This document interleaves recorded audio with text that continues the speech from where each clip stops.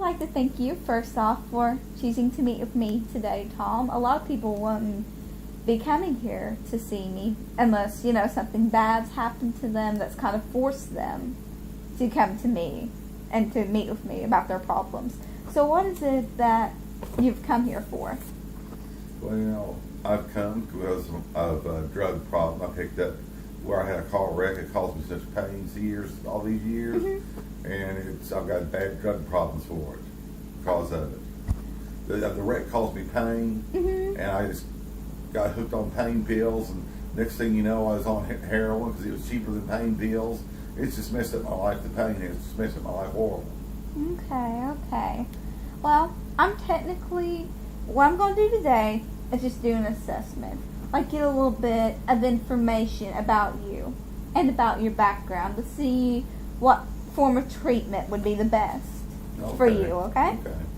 Alright, so what problems have you had in major life areas? Like if you have problems at work, problems in marriage, loss of energy or interest? Well, my marriage is almost destroyed, and I lost my job because of the drugs.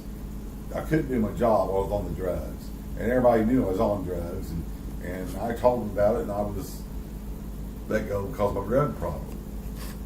Okay. So I've lost my job. I don't have any money to pay for anything or anything to get help, and my marriage is on the rocks. Okay, so you have had some problems due to the drugs. Oh, yeah, a lot of problems, yeah. Okay. Have you noticed behavioral changes, mood swings, anxiety, crying spells, irritability, stuff like that? Oh, yeah, I cry. Sometimes you just have to break down and cry because your life's so miserable and such a hell. You just have to break down and cry about it.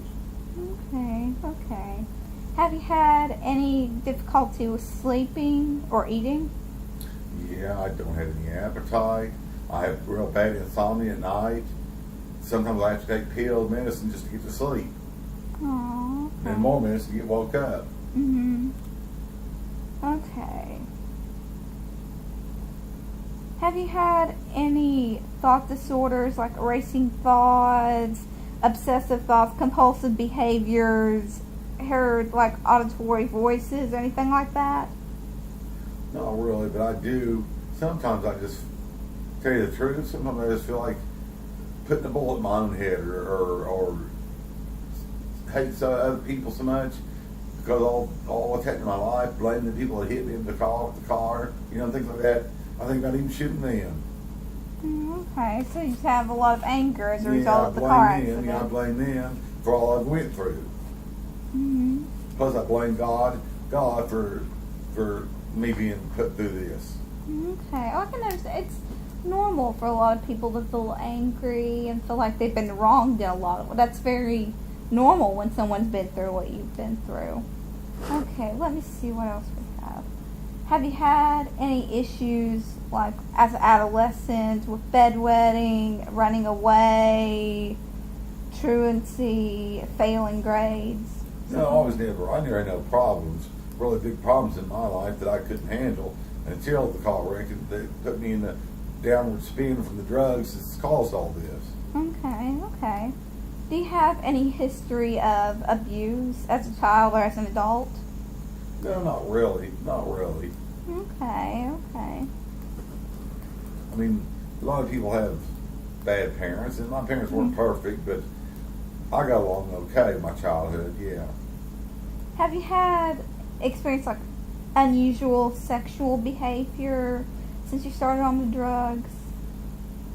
Difference in your sex life compared to before you started on drugs? The performance is worse, and I just don't get as much enjoyment out of it, and I don't know, it just seems like it just isn't worth it anymore. Nothing's worth it because of the drugs. Even my life ain't worth going on. Okay. These are kind of tougher questions, but they're questions I need to ask all my patients.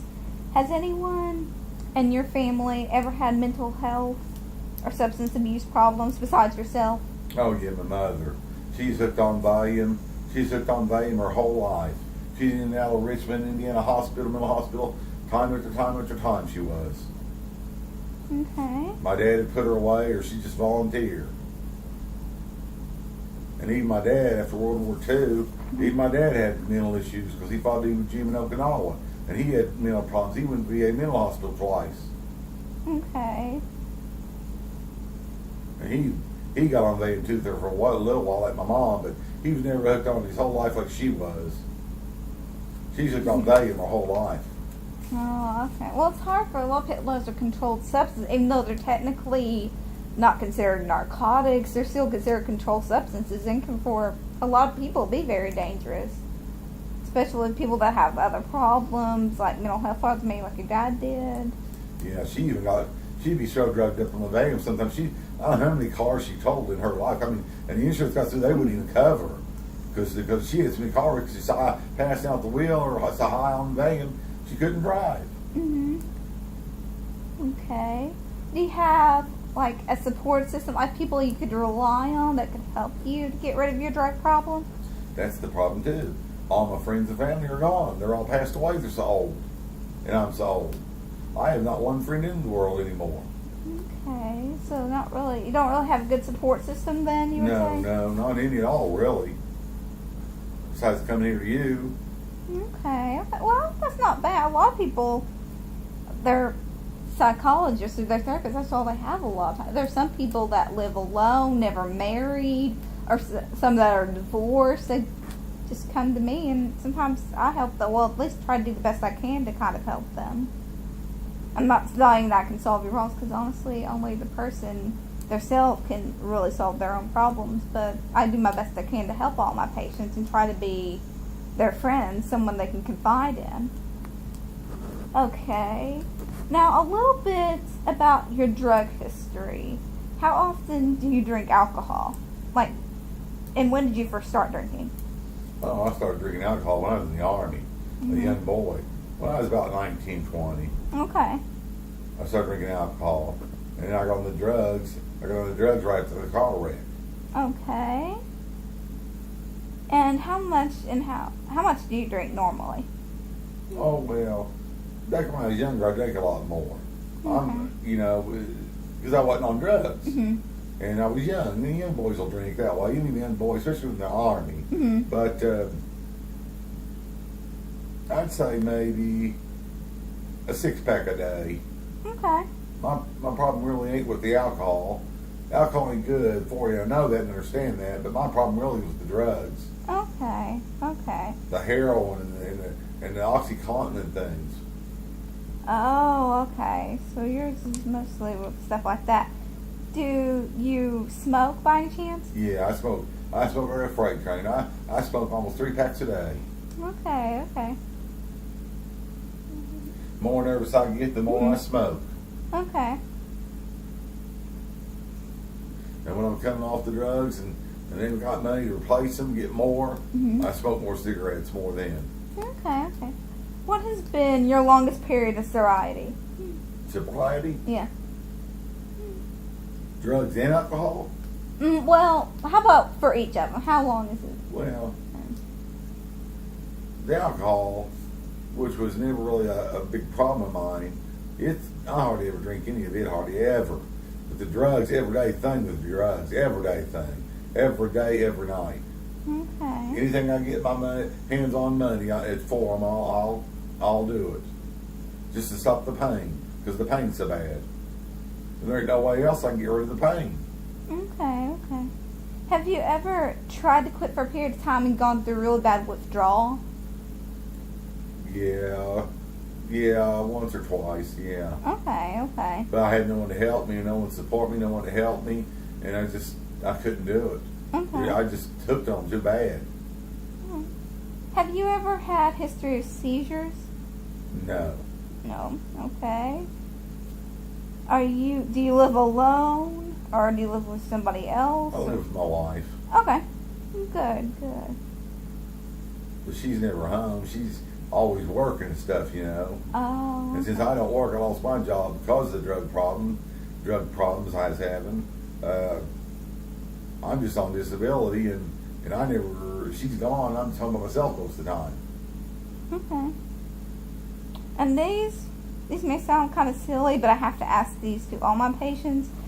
These is medical and physical health problems. Have you ever had history of falls or anything like that?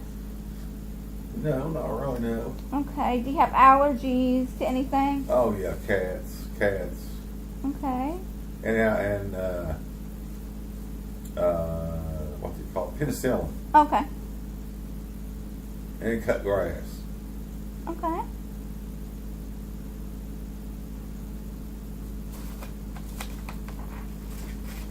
Have you ever been in treatment before? No. Okay, first time. Okay. What current medications are you taking right now? The regular what my doctor has me on? Oh, nothing but cholesterol medicine and some high blood pressure medicine, things like that. Okay, can you tell me the dose of both those? I think the blood pressure medicine is 100 milligrams, Okay. and the cholesterol medicine I think is 10 milligrams. Okay. Do you need to know the name of them? No, it's okay. Okay. Okay. And this is just something we have to ask everybody. Do you have access to any kind of weapons? Yeah, I have a pistol. I own a pistol. Okay. That's why I told you earlier. It gets so bad sometimes pain does, and until I shoot up or get my pills, OxyContin pills, I think about putting a bullet in my head. Because I have the gun to do it. So there are guns in the home then? Oh, yeah. Okay. I've actually had a gun right to my head and changed my mind right the last second and blown my brains out.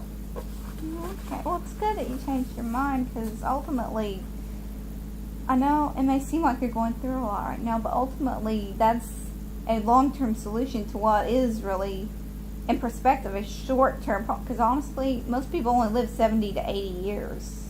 If they're lucky. Some people don't even live that long. And compared to all eternity, that's really a short period of time. That is my fear of God. What my grandmother raised me in fear of God. Why I haven't committed suicide.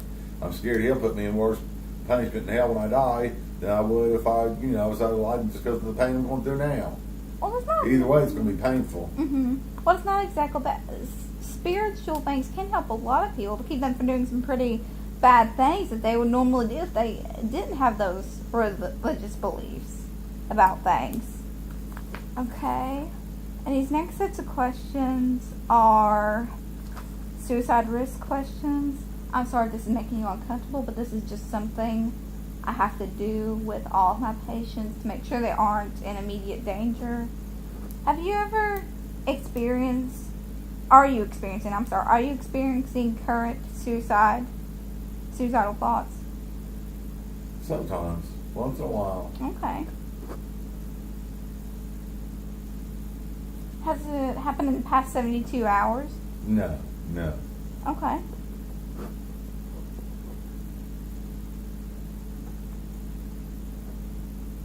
Have you ever had like a plan or a method of doing it that you ever thought of before? Oh, yeah. Like I said earlier when I told you, I thought about putting the gun in my head and putting the bullet in my head. Yeah. I thought about it. As everybody, that's the quickest way to go. What I've always see on TV, people do it. It's usually with a bullet in the head. Okay. Do these oftentimes preoccupy your thoughts, like you think about them a lot during the day, maybe distract you from other things? No, not really, no. Okay. And like you said earlier, you don't really have a good support system right now? No. Okay. Have you made preparation for your own death or anything like that? Yeah, I made my will. I had a will made out and made my life insurance policies over to one of my kids and all the kids are grown now and gone. It's just me and my wife and she has her own world she lives in. So I don't have all the rest of my friends and family are dead, so I have no one to go to or turn to. It's more like I'm on my own, now. My kids are all grown. Okay.